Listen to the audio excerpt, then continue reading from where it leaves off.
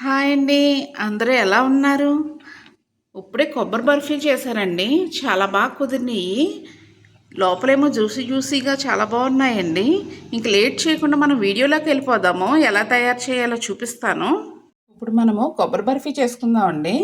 ఇలాగా చిన్న చిన్న ముక్కల కింద కట్ చేసుకోవాలి. మీకు అక్కర్లేదంటే వెనకాల బ్లాక్ పాట్ అంతా మనం తీసేసుకోవచ్చు. నేను తీయలేదు ఇప్పుడు. ఇప్పుడు మనం దీన్ని మిక్సీ పట్టుకుందాము.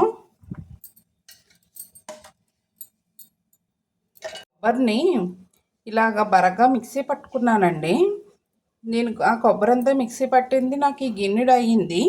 షుగర్ తీసుకున్నానండి. ఇలా ఒక గిన్నెతో ఎందాడు కొబ్బరి కొలుచుకున్నాను కదా, అది ఈ గిన్నెకి నిండుగా వచ్చింది.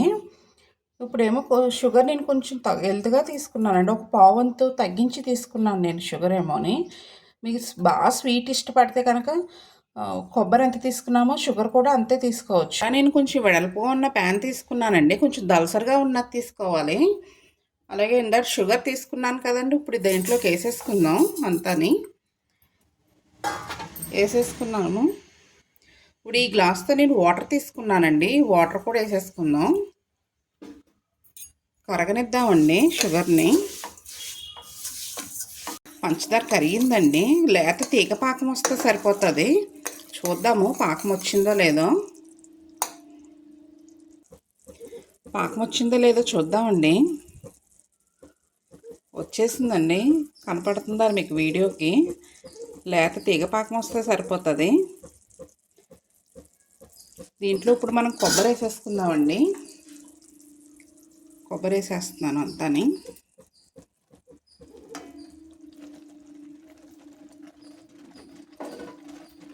ఈ కొబ్బరిని బాగా ఉడకనివ్వాలండి.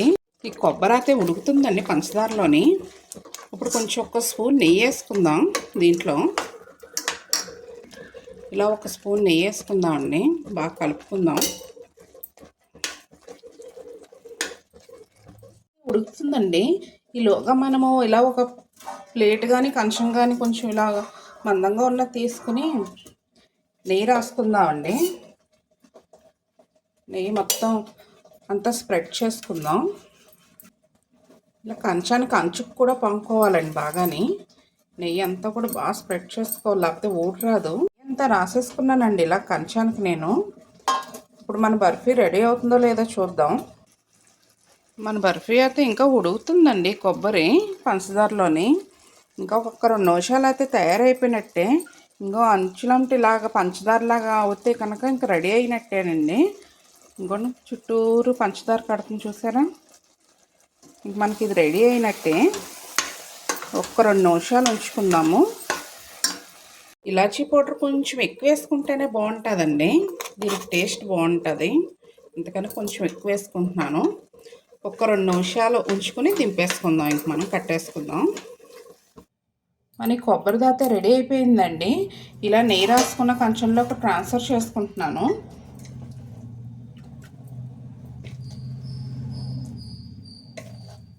ఇలా ప్లేట్లోకి అంతా కూడా మనం ఈవెన్గా స్ప్రెడ్ చేసుకోవాలండి. ఇలా ఒక స్పాచులా తీసుకుంటున్నానండి. దీంతో అయితే పైన నున్నగా ఈక్వల్గా వస్తుంది. దీంతో చేసుకుందాం.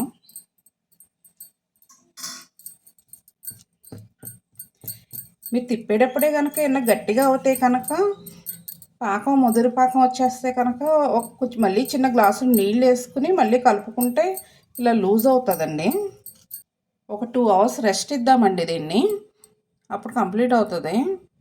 కొద్దిగా చల్లారాక ఇలా నాట్లు పెట్టేసుకోవాలండి. మనకి ఏ షేప్లో కావాలితే ఆ షేప్లో, ఏ సైజులో కావాలితే ఆ సైజులో మనము ఇలాగ నాట్లు పెట్టేసుకోవాలి. పూర్తిగా చల్లారనివ్వకూడదండి. కొంచెం గోరెచ్చగా ఉన్నప్పుడే మనం ఇలా నాట్లు పెట్టేసుకోవాలి.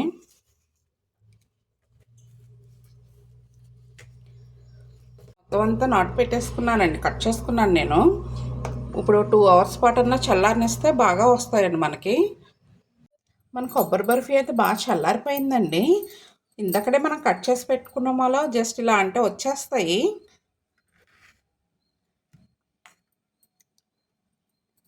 చాలా బాగున్నాయండి. లోపలేమో జ్యూసీ జ్యూసీగా ఉన్నాయి, పైనేమో కొంచెం గట్టిగా ఉంది. ఇంకో పాకం వస్తుంది చూసారా?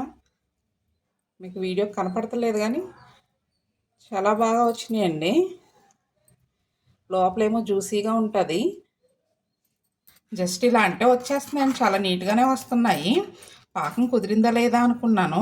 ఇలా చిన్న చిన్న టిప్స్ కనుక ఫాలో అయితే మనకు చాలా బాగా వస్తాయండి. నోట్లో వేసుకుంటే కరిగిపోతున్నాయి ఇవి, బాగున్నాయి. ఇప్పుడు ఒక ప్లేట్లోకి పెట్టుకుందాము. మన కొబ్బరి బర్ఫీలు అయితే రెడీ అయిపోయినాయండి, చాలా బాగా కుదిరినాయి.